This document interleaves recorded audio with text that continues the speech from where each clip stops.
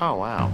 Barry is a show that I feel has been overlooked by most. Fitting so much heavy-hitting dark material into 30-minute 8-episode seasons is not easy, but this show makes it seem that way. Barry only gets better as time goes on. It goes from being a dark comedy to a terrifying and horrific drama. The last episode of Barry goes down as one of the best episodes of all time, not just for the show, but overall. Everything you see, especially this season after the time jump, all leads up to this. Now you might say, obviously, all shows lead to their ending, but it's more how Barry does it. Having a time jump is already a risky idea, but it works so well. The best episodes of the show are after the time jump. The change in tone, everything works just unbelievably. So with this tense build-up, some people were semi-disappointed. They expected Barry to go crazy or get redeemed or something of the sort. And although that could have been the route they chose, I'm glad they didn't. It wouldn't make sense. What happened is perfect. Hank and Fuchs meeting for the last time is such a powerful scene. They both have an army behind them which symbolizes as their guard, and neither can let it down and say what they need to say,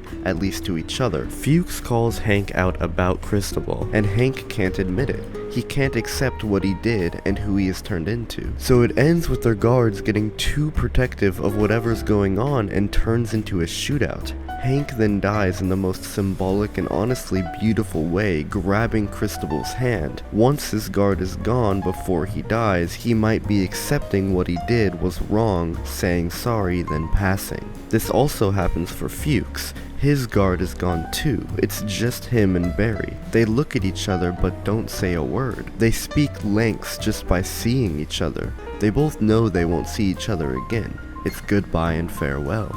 Barry's prayers throughout the show, the whole time until the very end, he's hoping and hoping he can redeem himself, literally praying that he can. So listening to these sermons and trying to get rid of his sins just doesn't work, shown at the end. Sally, finally out of the relationship with Barry, saving her son from it, telling Barry what he needs to do, she got out. She might not be perfect, especially not now, but it's a good ending for the character. Gene Cousineau, he goes to jail for life having not done anything wrong, but it's what he wanted. He wanted the relief and revenge of killing Barry. He might have the saddest story of all, painted as the supervillain of everything.